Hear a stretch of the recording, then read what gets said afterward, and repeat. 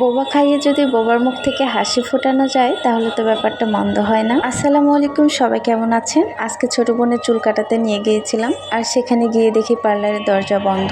এই নিয়ে দুইবার গেলাম, দুইবারে দেখি পার্লারের দরজা বন্ধ, আর সে তো অন্য কোথাও চুলও কাটাবে না। আর তাই তো বেচারা মনটা আজকে বড্ড খারাপ। আর আমার আপন মানুষগুলো মন খারাপ করে থাকলে আমি একটুও শান্তি পাই না। তাই তো খুব চেষ্টা করছি একটু মনটা ভালো করা যায় কি করে। আর যারা আমার আপন মানুষের খাতা থেকে নাম কেটে দিয়েছে তাদের কোনো কিছুতেই আর কিছুই যায় আসে না আমার। আর যেহেতু আমরা একটু সকাল সকাল এসেছি, তো দেখতেই পাচ্ছেন একদম পুরো রেস্টুরেন্টটা ফাঁকা হয়ে আছে। আমার কাছে তো বেশ ভালোই লাগছিল, খুব সুন্দর একটা মিউজিক দেওয়া ছিল, তবে কপিরাইটের ভয়ে আমি আপনাদেরকে আর সেটা শোনাতে পারলাম না। অনেকক্ষণ অপেক্ষার পর বোবা ড্রিঙ্কস চলে এসেছে, আর সেটা খেয়ে তো আমার বোনের মনটা অর্ধেক ভালো হয়ে গেছে। এরপর চলে আসলো মিট বক্স, আর এই মিট বক্স খাওয়ার পর বাকি মনটাও ভালো হয়ে গেল। তবে এটা আর পুরোপুরি এখানে শেষ করতে পারিনি, এর মধ্যে ইমার্জেন্সি একটা কল এসেছে। তবে বোবা ড্রিঙ্কস খেয়ে যে আমার বোনের মুখে হাসি ফুটেছে এটাই অনেক ছিল। আজকের ভিডিওটা এখানে শেষ করছি, নেক্সট কোনো ভিডিওতে আবারও দেখা হবে। সেই পর্যন্ত সবাই ভালো থাকবেন, সুস্থ থাকবেন। আর আপনার আপন মানুষগুলো যদি মন খারাপ করে থাকে তাহলে এখানে এসে বোবা ড্রিঙ্কস খাবেন। ভিডিওটি যদি ভালো লেগে থাকে লাইক কমেন্ট শেয়ার করে আমার পাশে থাকবেন।